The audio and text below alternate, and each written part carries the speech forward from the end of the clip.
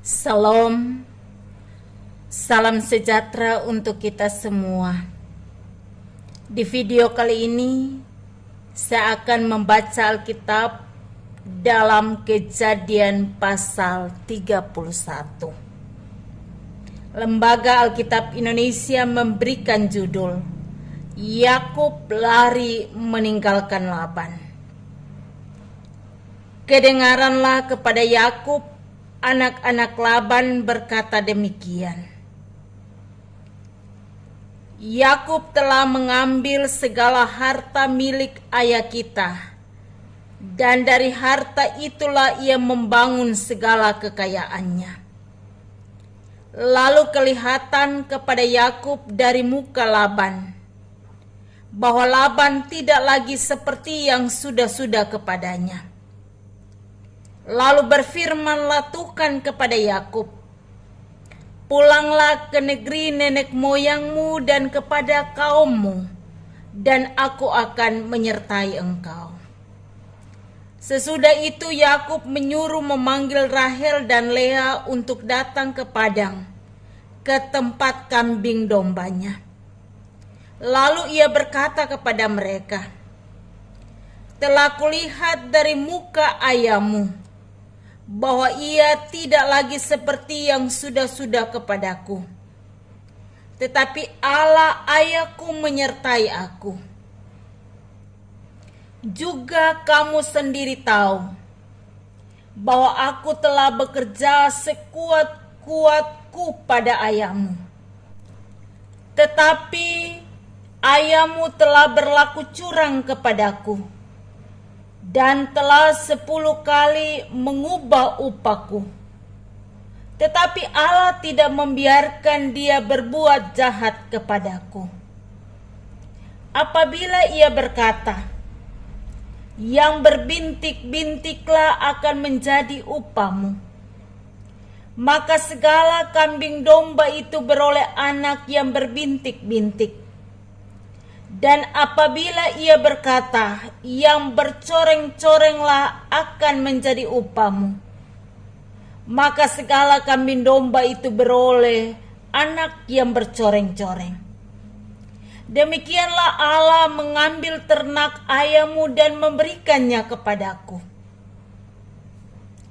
Pada suatu kali pada masa kambing domba itu suka berkelamin, maka aku bermimpi dan melihat bahwa jantan-jantan yang menjantani kambing domba itu bercoreng-coreng, berbintik-bintik dan berbelang-belang. Dan malaikat Allah berfirman kepadaku dalam mimpi itu, Yakub, jawabku, ya Tuhan. Lalu ia berfirman, angkatlah mukamu dan lihatlah, bahwa segala jantan yang menjantani kambing domba itu bercoreng-coreng, berbintik-bintik dan berbelang-belang. Sebab telah kulihat semua yang dilakukan oleh Laban itu kepadamu. Akulah Allah yang di Betel itu, di mana engkau mengurapi tugu, dan di mana engkau bernasar kepadaku. Maka sekarang bersiaplah engkau, pergilah dari negeri ini dan pulanglah ke negeri sanak saudaramu. Lalu Rahel dan Lea menjawab Yakub, katanya, bukankah tidak ada lagi bagian atau warisan kami dalam rumah ayah kami? Bukankah kami ini dianggapnya sebagai orang asing, karena ia telah menjual kami? Juga bagian kami telah dihabiskannya sama sekali. Tetapi segala kekayaan yang telah diambil Allah dari ayah kami adalah milik kami dan anak-anak kami. Maka sekarang perbuatlah segala yang difirmankan Allah kepadamu. Lalu bersiaplah Yakub, dinaikannya anak-anaknya dan istri-istrinya ke atas unta. Digiringnya seluruh ternaknya dan segala apa yang telah diperolehnya, yakni ternak kepunyaannya, yang telah diperolehnya di padang Aram, dengan maksud pergi kepada Ishak ayahnya ke tanah Kanaan. Adapun Laban telah pergi menggunting bulu domba-dombanya. Ketika itulah Rahel mencuri terapim ayahnya. Dan Yakub mengakali Laban orang Aram itu dengan tidak memberitahukan kepadanya bahwa ia mau lari. Demikianlah ia lari dengan segala harta miliknya. Ia berangkat menyeberangi sungai Efrat dan berjalan menuju pegunungan Gilead. Ketika pada hari ketiga dikabarkan kepada Laban bahwa Yakub telah lari, dibawanyalah sanak saudaranya bersama-sama. Dikejarnya Yakub 7 hari perjalanan jauhnya. Lalu ia dapat menyusulnya ke pegunungan Gilead. Pada waktu malam datanglah Allah dalam mimpi kepada Laban orang Aram itu, serta berfirman kepadanya, "Jagalah baik-baik, supaya engkau jangan mengatai Yakub dengan sepatah kata pun." Ketika Laban sampai kepada Yakub, Yakub telah memasang kemahnya di pegunungan. Juga Laban dengan sanak saudaranya telah memasang kemahnya di pegunungan Gilead. Berkatalah Laban kepada Yakub, "Apakah yang kau perbuat ini? Maka engkau mengakali aku dan mengangkut anak-anakku perempuan sebagai orang tawanan? Mengapa engkau lari diam-diam dan mengakali aku? Mengapa engkau tidak memberitahukan kepadaku, supaya aku mengantarkan engkau dengan sukacita dan nyanyian dengan rebana dan kecapi? Lagi pula engkau tidak memberikan aku kesempatan untuk mencium cucu-cucuku laki-laki dan anak-anakku perempuan. Memang bodoh perbuatanmu itu. Aku ini berkuasa untuk berbuat jahat kepadamu. Tetapi Allah ayahmu telah berfirman kepadaku tadi malam, jagalah baik-baik, jangan engkau mengatai Yakub dengan sepatah kata pun. Maka sekarang, kalau memang engkau harus pergi, semata-mata karena sangat rindu ke rumah ayahmu, mengapa engkau mencuri dewa-dewaku?" Lalu Yakub menjawab Laban, "Aku takut karena pikirku, jangan-jangan engkau merampas anak-anakmu itu daripadaku. Tetapi pada siapa engkau menemui dewa-dewamu itu, janganlah ia hidup lagi.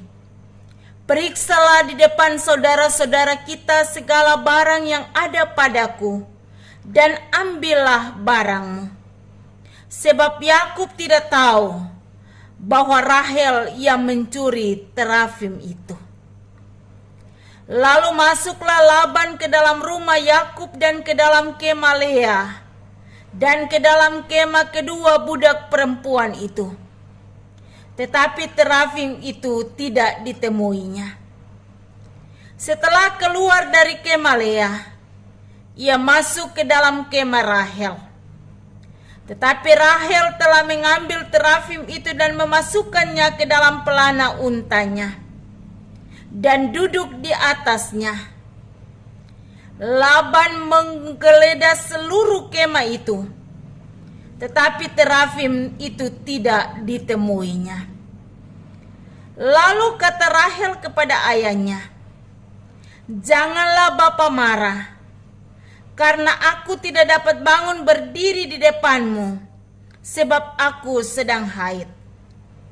Dan Laban mencari dengan teliti, tetapi ia tidak menemui terafim itu. Lalu hati Yakub panas dan ia bertengkar dengan Laban. Ia berkata kepada Laban, "Apakah kesalahanku? Apakah dosaku maka engkau memburu aku sehebat itu? Engkau telah menggeledah segala barangku. Sekarang apakah yang kau temui dari segala barang rumahmu? Letakkanlah di sini di depan saudara-saudaraku dan saudara-saudaramu, supaya mereka mengadili antara kita berdua. Selama 20 tahun ini aku bersama-sama dengan engkau. Domba dan kambing betinamu tidak pernah keguguran, dan jantan dari kambing dombamu tidak pernah kumakan. Yang diterkam oleh binatang buas tidak pernah kubawa kepadamu. Aku sendiri yang menggantinya. Yang dicuri orang baik waktu siang, baik waktu malam, selalu engkau tuntut daripadaku. Aku dimakan panas hari waktu siang, dan kedinginan waktu malam, dan mataku jauh daripada tertidur.